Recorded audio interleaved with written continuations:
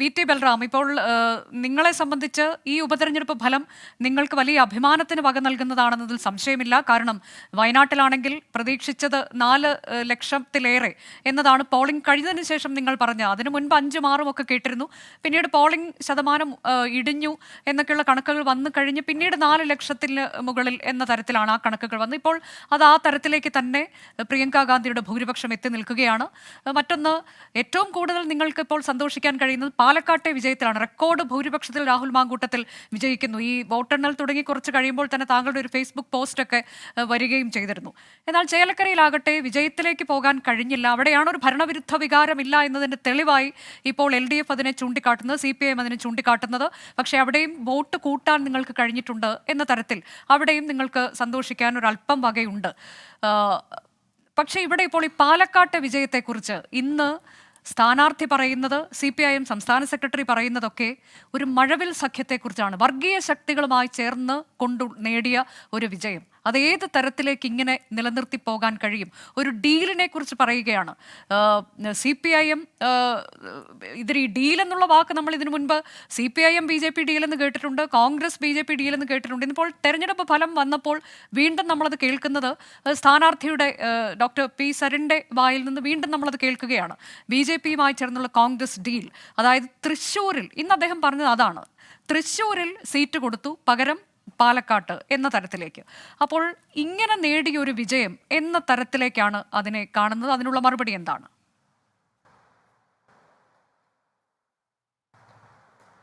ആദ്യം തന്നെ പറയട്ടെ, ഈ 3 സ്ഥലങ്ങളിലും UDFനെ സംബന്ധിച്ച് അഭിമാനകരമായിട്ടുള്ള പെർഫോമൻസ് ആണ് ഉണ്ടായിട്ടുള്ളത്.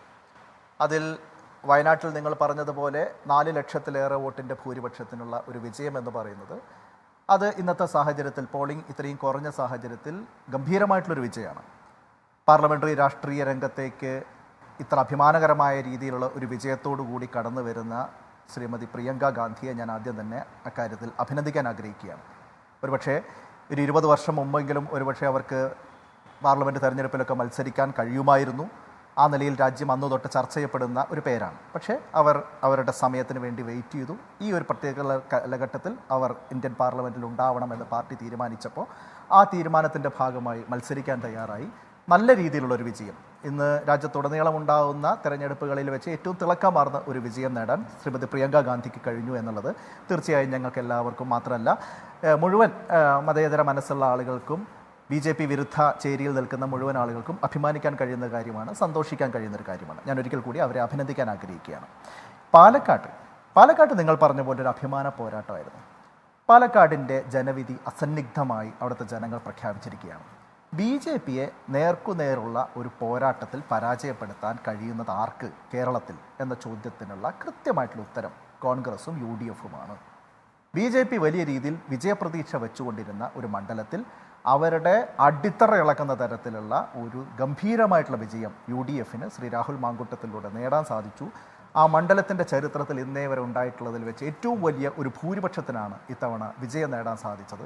ഒരുപാട് പ്രതിസന്ധികളെയും പ്രതികൂല സാഹചര്യങ്ങളെയും മറികടന്നുകൊണ്ട് ഇങ്ങനെയൊരു നേട്ടം കൈവരിക്കാൻ സാധിച്ചു എന്നുള്ളത് UDFൻ്റെ ഭാഗമായിട്ട് നിൽക്കുന്ന മുഴുവൻ ആളുകൾക്കും അഭിമാനിക്കാൻ കഴിയുന്ന കാര്യമാണ്. അതോടൊപ്പം ചേലക്കരയിൽ നിങ്ങൾ ചേലക്കരയിലെ പെർഫോമൻസിനെ കുറച്ച് കാണേണ്ടതില്ല എന്നാണ് എനിക്ക് പറയാനുള്ളത്. കാര്യം 2021 തന്നെയാണല്ലോ സ്വാഭാവികമായിട്ട് നമ്മൾ കമ്പയർ ചെയ്യുക. അന്ന് 83,000 വോട്ട് നേടിയ LDFന് ഇന്ന് വെറും 64,000 വോട്ട് മാത്രമാണ് അവിടെ ലഭിക്കുന്നുള്ളൂ. ഞങ്ങൾക്ക് 44,000 വോട്ടുണ്ടായിരുന്നത് ഇത്തവണ 52,626 വോട്ടായിട്ട് വർദ്ധിക്കുകയാണ്. 8,611 വോട്ടിൻ്റെ വർധനവ് ഞങ്ങൾക്ക് അവിടെ ഉണ്ടാവുകയാണ്. ഇനി ശതമാന കണക്ക് നോക്കുകയാണെങ്കിൽ ഞങ്ങൾക്ക് 28% കഴിഞ്ഞ തെരഞ്ഞെടുപ്പിൽ അവിടെ നേടാൻ സാധിച്ചത്. ഇത്തവണ അത് 33.5%, 5% വർധനവ് UDFൻ്റെ വോട്ടിംഗ് പെർസെൻറ്റേജിൽ ഉണ്ടായിരിക്കുന്നു. എന്നാൽ മറുഭാഗത്ത് LDFന് 54% ഉണ്ടായിരുന്നത് വെറും 41% അവിടെ കുറഞ്ഞിരിക്കുകയാണ്. വലിയൊരു വ്യത്യാസം, ഒരു 13% വ്യത്യാസം അവിടെ ഉണ്ടാകുന്നുണ്ട്. BJPക്കും ഗണ്യമായ രീതിയിൽ അവിടെ വോട്ട് കൂടിയിട്ടുണ്ട്. അതിന് പല സാഹചര്യങ്ങളുണ്ടാവും. അപ്പോൾ LDFനെ സംബന്ധിച്ച് ഇതിൽ അഭിമാനിക്കാൻ ഒന്നുമില്ല. ഈ 3 സ്ഥലങ്ങളിൽ അതിലിപ്പോൾ ഇന്ന് Shri V T Balram, Shri MV Govindan അതിന് പറഞ്ഞിട്ടുള്ളത്, ഈ ഏറ്റവും ഒടുവിൽ നമ്മൾ കണ്ട ലോക്സഭാ തെരഞ്ഞെടുപ്പിൽ 5,000 എന്നുള്ള ഭൂരിപക്ഷമാണ് ഈ ഇവിടെ രാധാകൃഷ്ണൻ നേടാൻ കഴിഞ്ഞിട്ടുള്ളത്.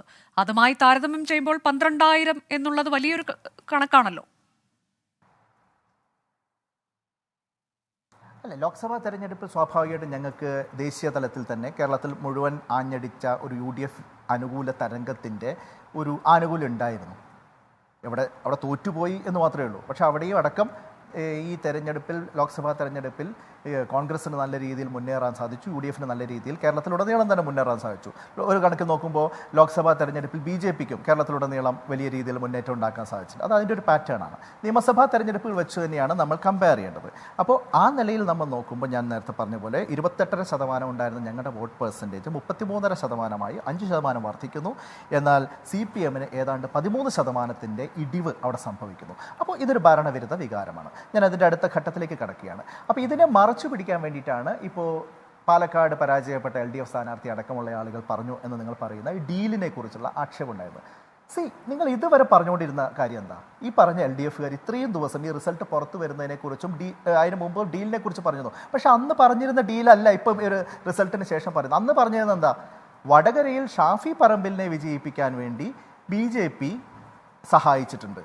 അതിന് പകരം BJPയെ ഇവിടെ പാലക്കാട്ട് വിജയിപ്പിച്ചു കൊടുക്കാൻ വേണ്ടിയിട്ടാണ് കോൺഗ്രസും UDFും ഷാഫി പറമ്പിൽ അടക്കമുള്ള ആളുകൾ ഇങ്ങനെ ഒരു ഉപതെരഞ്ഞെടുപ്പോടെ സൃഷ്ടിച്ചത്. ഇവിടെ BJPയെ ജയിപ്പിച്ച് BJPക്ക് അക്കൗണ്ട് തുറക്കാനുള്ള അവസരമാണ് ഇവിടെ UDF ഒരുക്കി കൊടുക്കുന്നത് എന്നായിരുന്നല്ലോ പറഞ്ഞത്. ഞങ്ങൾ അതിനൊരു പൊളിറ്റിക്കൽ ചലഞ്ചായിട്ടാണ് എടുത്തത്. BJPയെ അങ്ങനെ ഞങ്ങളുടെ ഒരു ചെലവിൽ അക്കൗണ്ട് തുറക്കുന്ന ഒരു സാഹചര്യം പാലക്കാട്ട് ഒരു കാരണവശാലും ഉണ്ടാവില്ല. BJPയുമായിട്ട് തന്നെയാണ് ഫൈറ്റ്. BJPയുമായിട്ട് മുഖാമുഖം നേരിട്ട് അവരെ പരാജയപ്പെടുത്തി, അവരുടെ അടിത്തറ ഇളക്കി, അവരിൽ നിന്ന് പ്രധാനപ്പെട്ട ശ്രദ്ധേയരായ നേതാക്കന്മാരെ ഞങ്ങളുടെ പക്ഷത്തേക്ക് കൊണ്ടുവന്ന് അവരെ ദുർബലമാക്കി, തകർത്ത് തരിപ്പണമാക്കി, ഇനി ഒരിക്കലും തല പൊക്കാൻ കഴിയാത്ത വണ്ണം BJPയെ നിലംപരിശാക്കുക എന്നുള്ള ഞങ്ങളുടെ രാഷ്ട്രീയ ദൗത്യം വിജയിക്കുമ്പോൾ ഞങ്ങളെ അപ്രീഷിയേറ്റ് ചെയ്യണം എന്നൊന്നും LDFിനോട് ഞങ്ങൾ പറയുന്നില്ല, CPMൽ നിന്ന് ഞങ്ങളത് പ്രതീക്ഷിക്കുന്നില്ല.